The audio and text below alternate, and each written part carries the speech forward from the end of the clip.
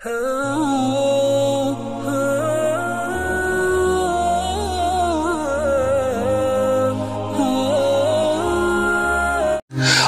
वालेकुम दोस्तों, कैसे हो? उम्मीद है कि सब खैरियत से होंगे। अल्लाह आप लोगों को ऐसे ही खुश रखे। सरकार दो आलम सल्लल्लाहु अलैहि वसल्लम की पूरी जिंदगी पर बनने वाली वीडियो सीरीज जिसका नाम मोहम्मद सब के लिए है सल्लल्लाहु अलैहि वसल्लम, ये उसका 36वां हिस्सा यानी पार्ट 36 है। थोड़ा हम रिकैप कर लेते हैं कि हमने 35वें हिस्से में क्या सुना। हमने 35वें हिस्से में सुना कि किस तरह अल्लाह तबारक व तआला की तरफ से सहाबाए किराम को मदीना हिजरत करने का हुक्म हुआ। सबसे पहले सहाबा एक एक दो दो करके छुपकर मक्का से मदीना के लिए रवाना हुए। लेकिन जब मक्का वालों को खबर हुई तो उनके हाथ जितने भी सहाबा लगे उनको कैद कर लिया, उनको तकलीफें दी, यहां तक के मक्का ईमान वालों से खाली होने लगा। अब सिर्फ मक्का में हुजूर पाक सल्लल्लाहु अलैहि वसल्लम, हजरत अबू बकर सिद्दीक रजी अल्लाह तआला और हजरत अली रजी अल्लाह तआला ही रह गए। चलिए आगे सुनते हैं। रसूल अल्लाह सल्लल्लाहु अलैहि वसल्लम ने अपने सहाबा को मक्का से मदीना हिजरत करने का हुक्म दे दिया था ताकि वो मक्का वालों की तकलीफों से नजात पा जाए और उनकी बुराइयों से अपने दीन को बचाकर यहां से ले जाए। अब तक अक्सर ईमान वाले मक्का वालों से और कुरैश से छुप छुपाकर हिजरत करके मदीना जा चुके थे। कुछ थोड़े से ईमान वाले कुरैश और मक्का वालों के हाथ पड़कर गिरफ्तार हो गए थे। उन्होंने उन ईमान वालों को मदीना हिजरत करने से रोक दिया था, उन्हें कैद कर दिया था, उन्हें तकलीफें और अजाब देना शुरू कर दिया था और अपना सारा गुस्सा उन्हीं पर उतारा और उन्हें दीन से फेरने की बहुत कोशिश की। उन्हें खुदा उसके रसूल के हुक्मों की पैरवी करने से रोका। अब रसूल अल्लाह सल्लल्लाहु अलैहि वसल्लम अपनी हिजरत के लिए अल्लाह के हुक्म का इंतजार कर रहे थे ताकि वो अपने साथियों से जा मिले जिन्होंने अपने वतन को छोड़ दिया था और मदीने में अंसारी सहाबा के साथ जा मिले थे जिन्होंने रसूल पाक सल्लल्लाहु अलैहि वसल्लम की मदद की थी, जिन्होंने आपका साथ देने का वादा किया था, अहद किया था। और देखिए ना, ईमान वालों को अपने दीन से जिस कदर इश्क था उसकी सबसे बड़ी मिसाल हिजरत थी। ईमान वालों ने सिर्फ अपने खुदा और रसूल को खुश करने के लिए और अपने दीन को दुश्मनों से बचाने के लिए अपना घर-बार, अपनी जायदाद, अपने वतन को तक छोड़ दिया और अजनबी शहर और अजनबी लोगों में जाकर रहने लगे। इससे बड़ी और क्या कुर्बानी हो सकती है? उधर मदीने वालों ने अपने इस्लामी भाइयों के वास्ते अपने खजाने, अपने घरों के दरवाजे खोल दिए और दूसरी तरफ अभी तक रसूल पाक सल्लल्लाहु अलैहि वसल्लम मक्का में ही थे जहां कुरैश और मक्का वाले आप सल्लल्लाहु अलैहि वसल्लम के खिलाफ बड़े बड़े प्रोग्राम बना रहे थे, बड़े बड़े प्लान कर रहे थे और आप सल्लल्लाहु अलैहि वसल्लम को नौजुबिल्लाह कत्ल करने की साजिशें कर रहे थे। फिर उन्होंने एक दिन यानी मक्का वालों ने और कुरैश ने मिलकर दारुन नदवा के अंदर एक बहुत बड़ी मीटिंग जमा की, भराई। उसमें सब बड़े बड़े लोग और दूसरे कबीलों के सरदार दारुन नदवा में जमा हुए। दारुन नदवा कुरैश और मक्का वालों के लिए एक पार्लियामेंट की हैसियत रखता था जहां वो बड़ी बड़ी मीटिंगों के लिए जमा होते थे। इसी मीटिंग में भी सारे कबीलों के बड़े बड़े सरदार जमा हुए। अबू जहल कबीले बनी मखजूम से, जुबैर बिन मुतईम कबीले बनु नौफल से, शैबा उतबा अबू सुफियान बनी अब्द शम्स से, नजर बिन हारिस बनी अब्दुद्दार से, अबुल बख्तरी बनी जमा से, हकीम बिन हिजाम बनी असद से और नबिया बिन हज्जाज और मुंबा या मुनब्बा बिन हज्जाज बनी सहम से और अमीर बिन खल्फ बनी जमहा से, ऐसे सब कबीलों के बड़े बड़े सरदार दारुन नदवा में जमा हुए ताकि आप सल्लल्लाहु अलैहि वसल्लम को नौजुबिल्लाह खत्म करने की, कत्ल करने की साजिशें और प्लान कर सके। जब दारुन नदवा में ये पार्लियामेंट भराई जा रही थी तो इब्लीस एक बूढ़े बुजुर्ग की शक्ल में चादर ओढ़कर वहां पर पहुंच गया। लोगों ने पूछा कि यह बूढ़ा शख्स कौन है? तो इब्लीस ने जवाब दिया कि मैं अहले नज्द का एक शेख हूं। इस अहम मीटिंग के बारे में सुनकर आया हूं ताकि कुछ अच्छा मशवरा दे सकूं। बूढ़ा हूं, बुजुर्ग हूं, उम्र दराज हूं, तजुर्बेकार हूं। मेरे मशवरे शायद आपको काम आ जाए। मक्का वालों ने कहा ठीक है। फिर मक्का वालों ने उस मशवरे में इब्लीस को भी शामिल कर लिया। अब मक्का वाले क्या इब्लीस से कम थे जो उन्होंने और इब्लीस को शामिल कर लिया? गर्ज के दारुन नदवा में उस वक्त की सबसे बड़ी पार्लियामेंट भराई गई थी और यहां जमा होने का मकसद भी यह था कि आपस में मशवरा करके रसूल पाक सल्लल्लाहु अलैहि वसल्लम के खिलाफ अब कोई आखिरी और सख्त से सख्त कार्रवाई की जाए, यानी आर पार की जंग की जाए। क्योंकि अब तक उन्होंने जितनी भी कार्रवाइयां की थी, जितनी भी साजिशें की थी, उसका नतीजा उल्टा ही हुआ था।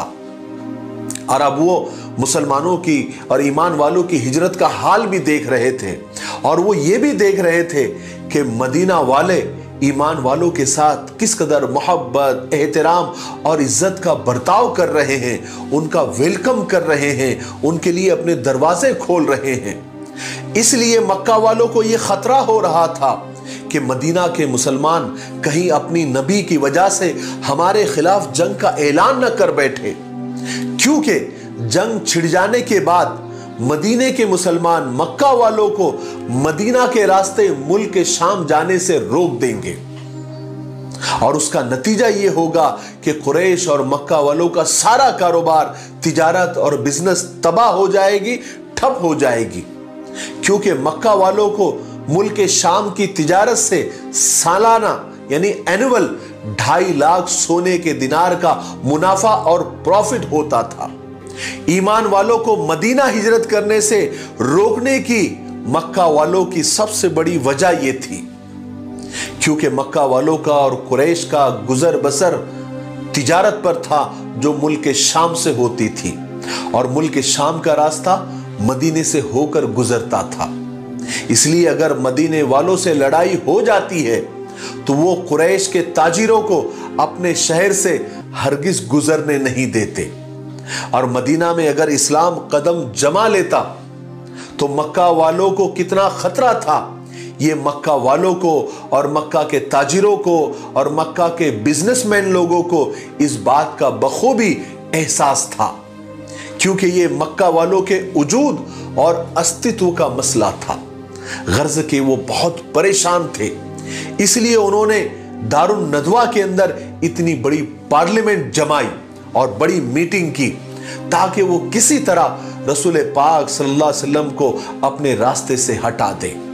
चुनांचे पार्लियामेंट शुरू हुई, यानी मीटिंग शुरू हुई। मुद्दा यही था कि रसूल पाक सल्लल्लाहु अलैहि वसल्लम को रास्ते से कैसे हटाया जाए। सबसे पहले अबुल बख्तरी ने खड़े होकर अपनी राय दी कि मेरी राय है कि मोहम्मद के हाथ पैर बांधकर उसमें बेड़िया डालकर एक कमरे में कैद करके उसके दरवाजे, खिड़कियां, रोशनदान सब मिट्टी और पत्थरों से बंद कर दिए जाए ताकि मोहम्मद अंदर घुट घुट के मर जाए, नाउजुबिल्लाह मिन ज़ालिक। और उसका वही हाल हो जाए जैसे हमने इससे पहले कुछ शायरों का किया हुआ था। इस पर यानी इस राय पर वो नजदी बूढ़ा इब्लीस उसने एतराज किया और कहा कि खुदा की कसम, अगर तुमने उसे वहां बंद भी कर दिया और सारे दरवाजे, खिड़कियां, रोशनदान मिट्टी और पत्थर से बंद भी कर दिया तो उसका फरमान उस बंद दरवाजे के पीछे से निकलकर उसके साथियों तक पहुंच जाएगा। फिर वो लोग तुम्हारे ऊपर चढ़ाई करके तुम्हारे हाथों से उसे छीन कर लेकर जाएंगे। यह सुनकर तीसरे ने राय दी कि मेरी राय है कि मोहम्मद को पकड़कर एक तेज मिजाज और कड़वे दिल सरकश ऊंट पर बिठाकर उसे बांधकर दूर दराज रेगिस्तान में हम छोड़कर आ जाते हैं। फिर वो कहीं भी जाए हम उससे बेफिक्र हो जाएंगे। इस राय पर भी उस बूढ़े नजदी इब्लीस ने जवाब दिया कि मुझे इस राय पर एतराज है, मुझे कुछ बोलना है। ऐ कुरैश के लोगों, तुम देखते नहीं कि मोहम्मद की बातें कितनी अच्छी लगती है, उसकी गुफ्तगू कितनी मीठी है। क्या तुम उसकी मीठी और शीरी बातों को भूल गए? क्या तुमने उसको फरामोश कर दिया? वो जिससे भी बात करता है उसे अपना बना लेता है। लोगों के दिलों में उसका कितना एहतराम है। वो जहां भी जाएगा वहां के लोग उसके हो जाएंगे। ऐसा करने से हम मोहम्मद की तरफ से इत्मीनान नहीं कर सकते, क्योंकि अगर वो वहां के लोग उसके साथ हो जाएंगे और फिर उनकी मदद से वो तुम्हारे ऊपर चढ़ाई कर देगा और तुम्हें रौंद डालेगा। इस तरह तुम्हारी इज्जत और सरदारी तुम्हारे हाथों से छिन जाएगी। गर्ज के उस मीटिंग में सब अपनी अपनी राय देते रहे और एक दूसरे से उलझते रहे, मगर कोई फैसला नहीं हो सका। आखिरकार दुश्मन इस्लाम अबू जहल के सर को जुम्बिश हुई, उसके होठ हिले और जबान कैंची की तरह चलने लगी। अबू जहल बोला, अगर आप लोग कबूल करें तो मेरी कुछ मोहम्मद के बारे में अलग राय है। लोगों ने कहा कि अबुल हकम बोलो, क्या राय है? अबुल हकम ये अबू जहल का ही एक दूसरा नाम था, उसका लक़ब था। अबू जहल ने कहा कि जब तक मोहम्मद को कत्ल न कर दिया जाए वो हमारा पीछा नहीं छोड़ेगा, और उसको कत्ल करने से एक बड़ा हंगामा खड़ा होने का अंदेशा है। बनी हाशिम फिर इंतकाम और बदला लेने के लिए तैयार हो जाएंगे।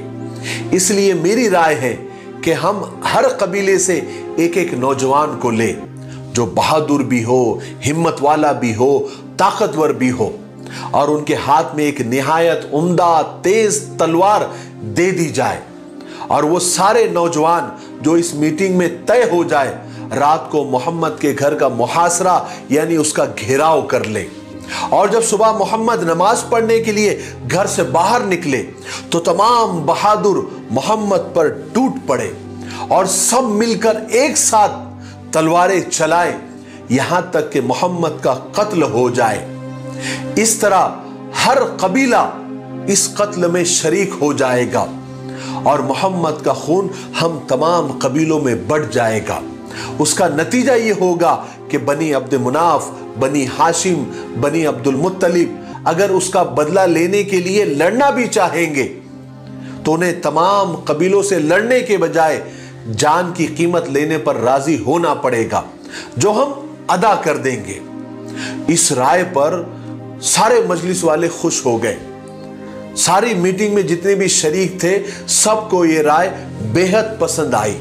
सब ने मिलकर और खुश होकर कहा कि अबुल हकम, अबू जहल, तुम्हारी राय सबसे जबरदस्त है।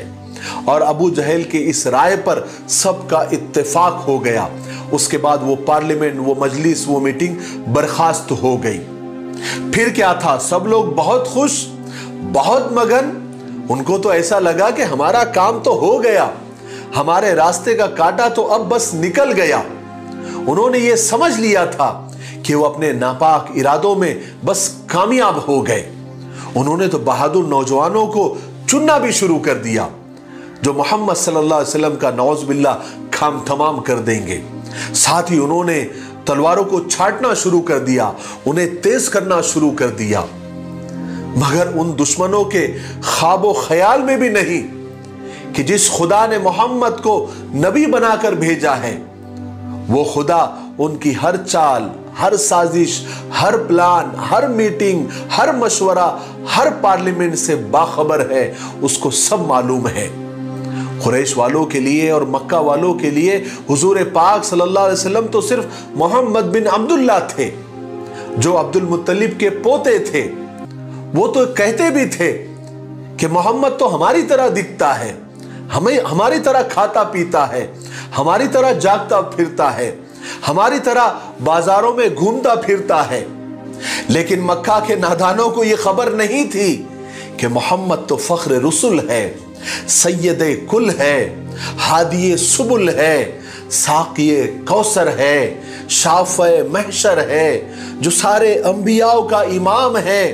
अरे वो उठे तो आसमान को बुलंदियां मिल जाए, जो बैठे तो धरती को सुकून मिल जाए, जिसे पसीना आए तो गुलशन महकने लगे, जो मुस्कुराए तो सितारे चमकने लगे, जो बोले तो परिंदे चहकने लगे, जिसकी लिबास की अदाएं कुरान की आयात बन जाए, जो चादर ओढ़ कर आए तो कुरान पुकार उठे, या अय्युहल मुद्दस्सिर या अय्युहल मुद्दस्सिर, जो कंबल ओढ़ कर आए तो कहा जाए या अय्युहल मुज़्ज़म्मिल या अय्युहल मुज़्ज़म्मिल, जिसके पेशानी की चमक से सुबह को रोशनी मिले, जिसके जुल्फों की मस्ती से रात को अंधेरा मिले, जिसके मुस्कुराने से जन्नत मचलने लगे, जिसके गुस्से के सामने जहन्नम उबलने लगे, जिसके कदम उठे तो अर्श मौला तक पहुंचे, जिसकी उंगली उठी तो चांद के 2 टुकड़े हो जाए।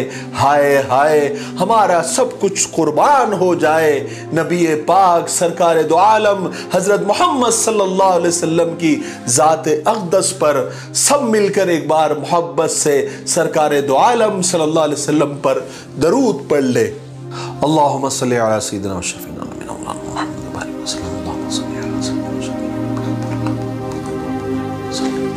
जब भी सरकार दो आलम सल्लल्लाहु अलैहि वसल्लम का नाम आ जाए तो दरूद शरीफ ज़रूर भी ज़रूर पढ़ लिया करें। अगर सरकार का नाम आए और हम दरूद न पढ़े तो इससे बड़ी बदनसीबी कोई हो ही नहीं सकती, इसलिए दरूद शरीफ का एहतमाम किया करें। बहरहाल चलिए आगे बढ़ते हैं। इधर मक्का वालों में तो ये सब साजिशें प्लानिंग वगैरह हो ही रही थी, उधर अल्लाह तबारक व तआला ने अपने प्यारे नबी को इस चाल से बचाने का सामान कर दिया। हज़रत जिब्राइल अलैहिस्सलाम ने आकर आप सल्लल्लाहु अलैहि वसल्लम को कुरैश के इस इरादे का, इस प्लानिंग का और इस साजिश का पूरा पूरा ब्यौरा आप सल्लल्लाहु अलैहि वसल्लम को दे दिया और अल्लाह तबारक व तआला का ये पैगाम भी पहुँचाया कि आज रात आप अपने बिस्तर पर न सोए।